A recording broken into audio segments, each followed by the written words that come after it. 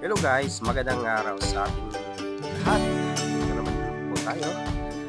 Samahan niyo po akong observe yung kaka-open lang na modern busway.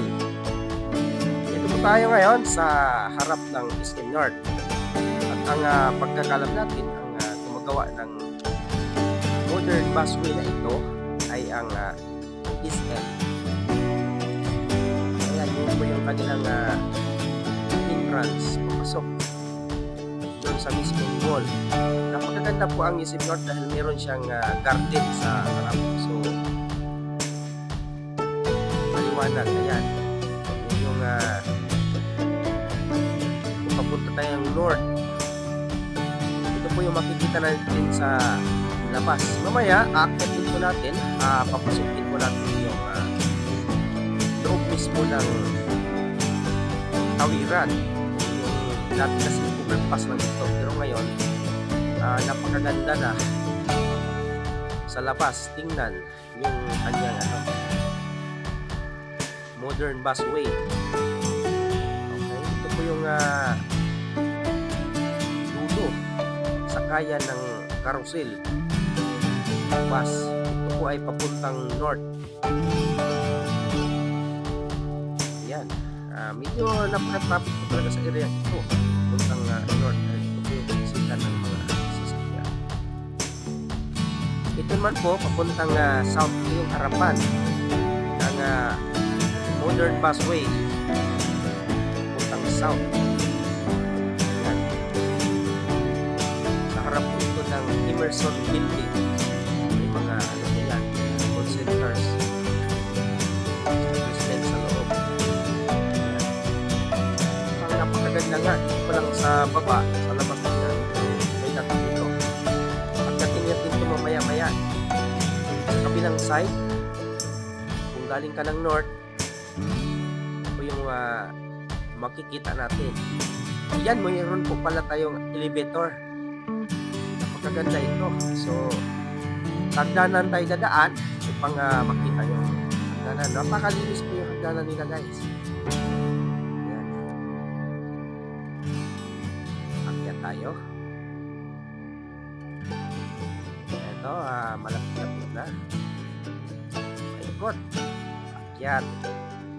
Sa modern busway. At the same time, parang overpass na rin. Wow! Ayan na. Okay. Napakalawak po pala ito. Kasya yung dalawang bus sa lubong. So, meron siyang ticket booth. Hindi pa siya nag-operate. Siguro dito pwede bumili na pagka kayo ay manood ng sine. Okay. So, meron siyang escalator. Ayan. Okay. Gumagana siya pagka meron ng tao sa harap. So, automatic ito. May sensor para hindi sayang yung kuryente. Ito ay babaan. Escalator ng babaan. So, mamaya puntahan natin yung akyatan naman. Okay, ayan yung idsa sa baba. Mga sasakyan. Parang hindi mo ramdam na nasa ibabaw tayo ng idsa. Alam naman po natin na napaka ingay ang idsa. Pag sinabing idsa, walang ibang po tumatak. Karamihan sa isipan natin na napaka-traffic. Ayan, napakaganda.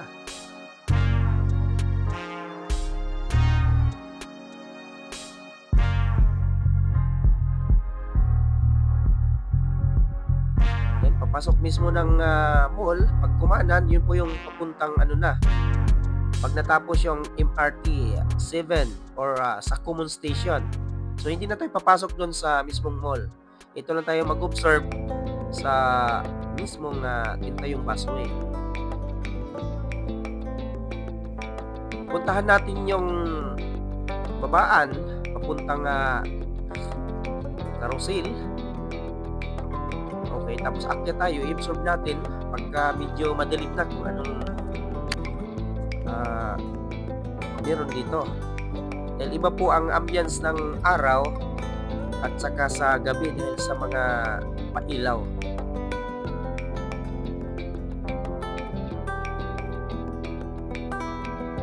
Ito, meron silang open ceiling.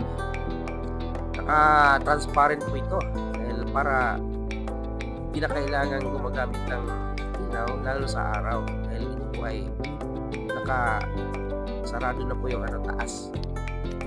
So yung gilid-gilid naka-transparent po siya na fiber. Tara, punta tayo sa sakayan mismo. Ayan, meron siyang elevator.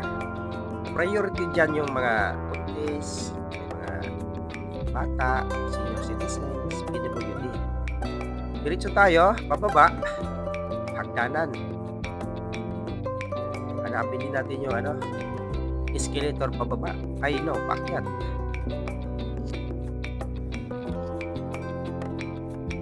Yan, napakaganda. Hanggang dito guys, transparent. Meron siyang transparent na fiberglass.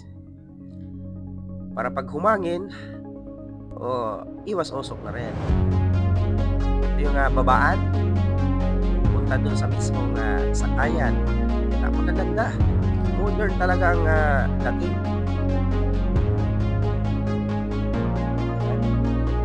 So, dire-diretso tayo dun sa pa.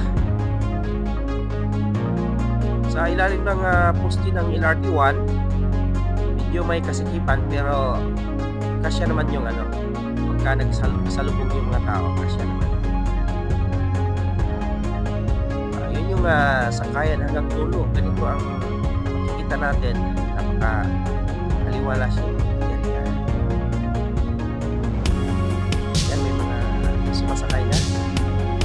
May karatula siya. Welcome to SM North. Maganda ang mga signage.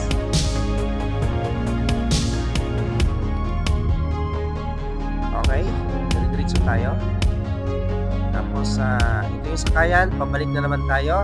Papuntang punta natin yung kabilang dulo guys, yung babaan kanina ng escalator bago tayo ulit akyat.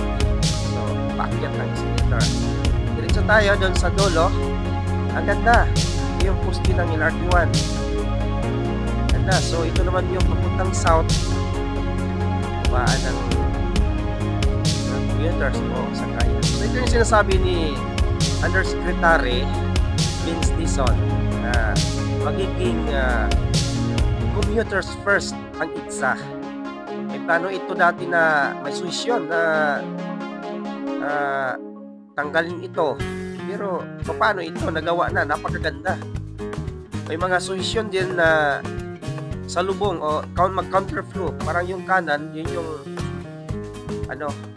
doon dadaan yung bus. Kasi yung siyempre yung pintuan ng bus nasa kanan. So, mas maganda yung counterflow. Pinag-aralan pa po guys. Ito ay didevelop yung ITSA kung paano magiging comfortably yung ating mga commuters dahil sa target ni Secretary Vince Dizon na magiging commuters first.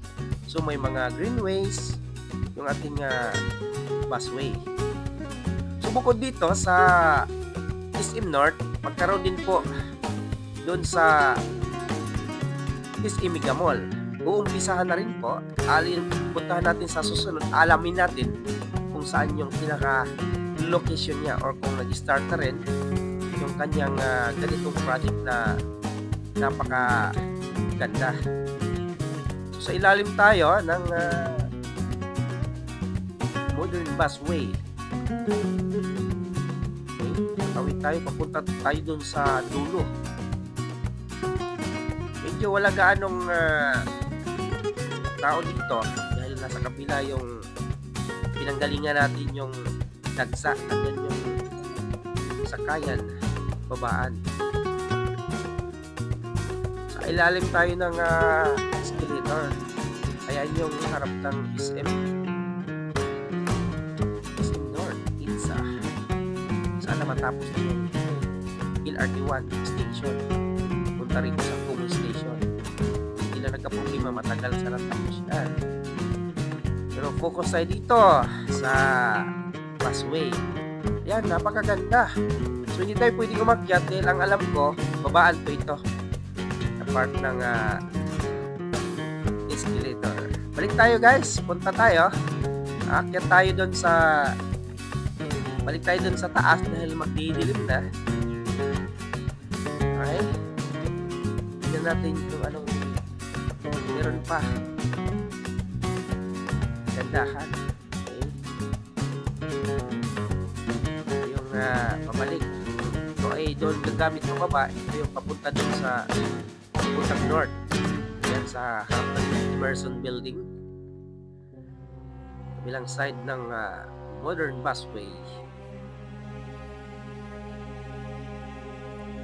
Napakaganda. Makabansa. Pag namasyal ka rito, parang kang nasa Pinas. Ayan, dapat pagka nasa ibang bansa ka, pagka nakakita ka ng magandang tanawin o magandang facility, sasabihin mo, parang kang nasa Pinas nito Siyempre, maganda. Okay, so tuloy-tuloy po ang pagdidevelop. Ayan po yung elevator. Operational po yan. Wala lang gumagamit sa ngayon. Maganda yan sa mga PWD, buntis, may mga bata, senior citizens. Okay, so relaxing. Kahit maglakad-lakad ka ng matagal, relax lang. Hindi ka parang parang sinasampal kabilaan ng hangin pagka baba ka.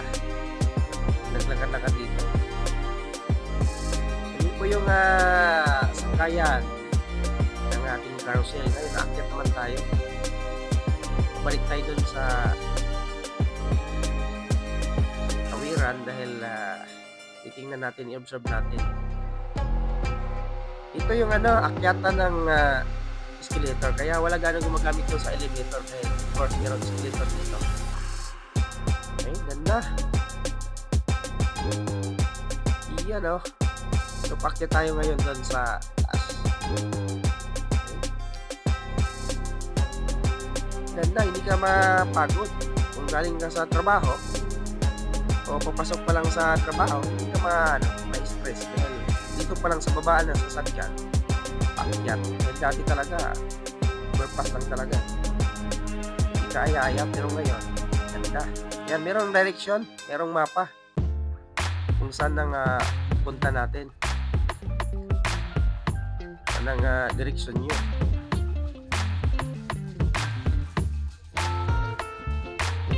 Ayan.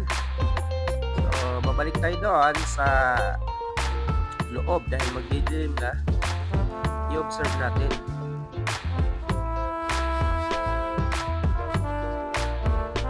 Marami na mga mananakay. Naka-open lang po ito guys. Kaya panalo. Yan na signage. Yan.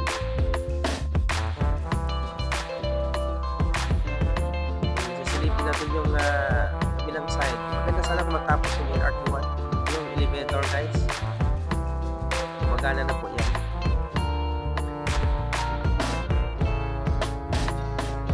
So, okay, yun po ilalim ng North. Ito ay passenger terminal. Papunta ng iba't ibang mga destination. Okay. So, sunodin na yung ilaw. Yun po yung nakayan sa ilalim. Commuters. Yun, may kagandaan dito. Mayroong nagro-roving na security guard. Saka meron po lagang nag-maintain sa kalinisan. Yan, may nakita yung maintenance personnel. Mga magigiting na dito. Magigiting na kalinisan. Kaya pag nagpa-sound po nito, kaya mismo SM company. Yun po yung elevator. Ikutin muna natin dahil ang sabi ng guard, papailawan na daw. Okay, titingnan natin kung anong ambience pagka umiilaw na. Ayan, medyo maliwanag pa yan. Sumisindi na yung mga ilaw guys. Okay, meron siyang rampway para pag may dala kang postcard kung kadadaan. Wow, ganda. Parang nasa Pinas guys. Alright. Parang nasa tayo, sa Pinas. Okay. Ganda na ilaw niya Grabe. Huwag naman sabihin na para tayong nasa ibang bansa. Okay? Sasabihin natin para tayong Pinas. Bakit? Nakaka-proud yung ganitong facility. Napakaluwang. Okay, para lang itong dati. Salubong yung tao. Pero ngayon, grabe. Pagka nandito tayo, nasa meters yung white niya. Yan yung escalator pababa. May mga ilaw na rin. Automatic siyang gumagana pagka may tao sa harap. Eto na. Okay. Umiilaw na. Ang ganda pala talaga pagka gabi. Para tayong secure na secure. Yan, grabe.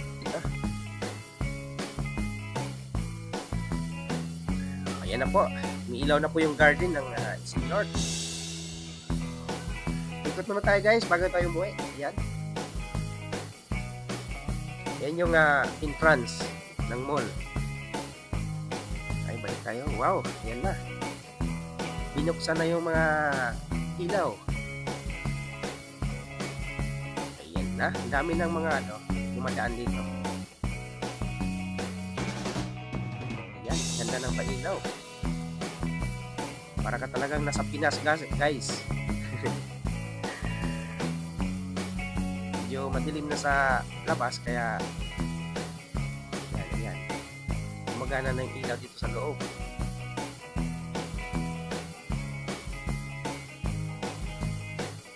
Dito po yung ticket booth.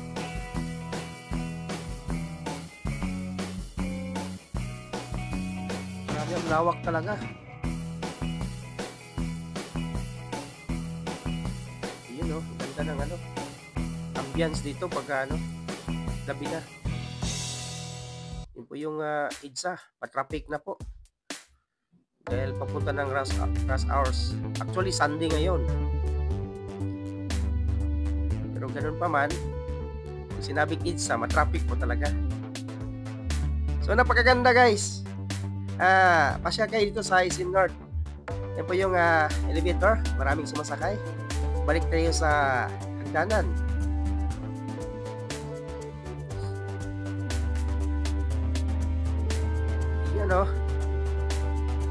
Silip-silip tayo. Kahit maghagdanan, okay lang. Kasi maganda yung klase hagdanan dahil hindi siya nakakadulas. Malinis. Yun po yung common station. Sana mag-operate na yung ating tao na po. Yan po yung labas guys. Pag sa labas, pagka may ilaw, napakagandang tingnan na po. Yan, sa harapan ng SM North EDSA. Maraming salamat SM. Ikaw yung tumugon sa ganitong facility. Sana matapos na yung common station. Ayan, yung paggabi na. Alright guys, so salamat po sa pagsama nyo sa akin.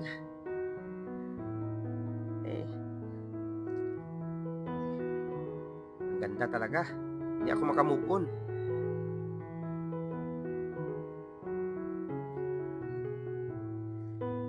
Tayo po ay magpapaalam na muli. Maraming salamat. Mag-ingat po sa pag-uwi. And thank you for watching. And God bless ating lahat.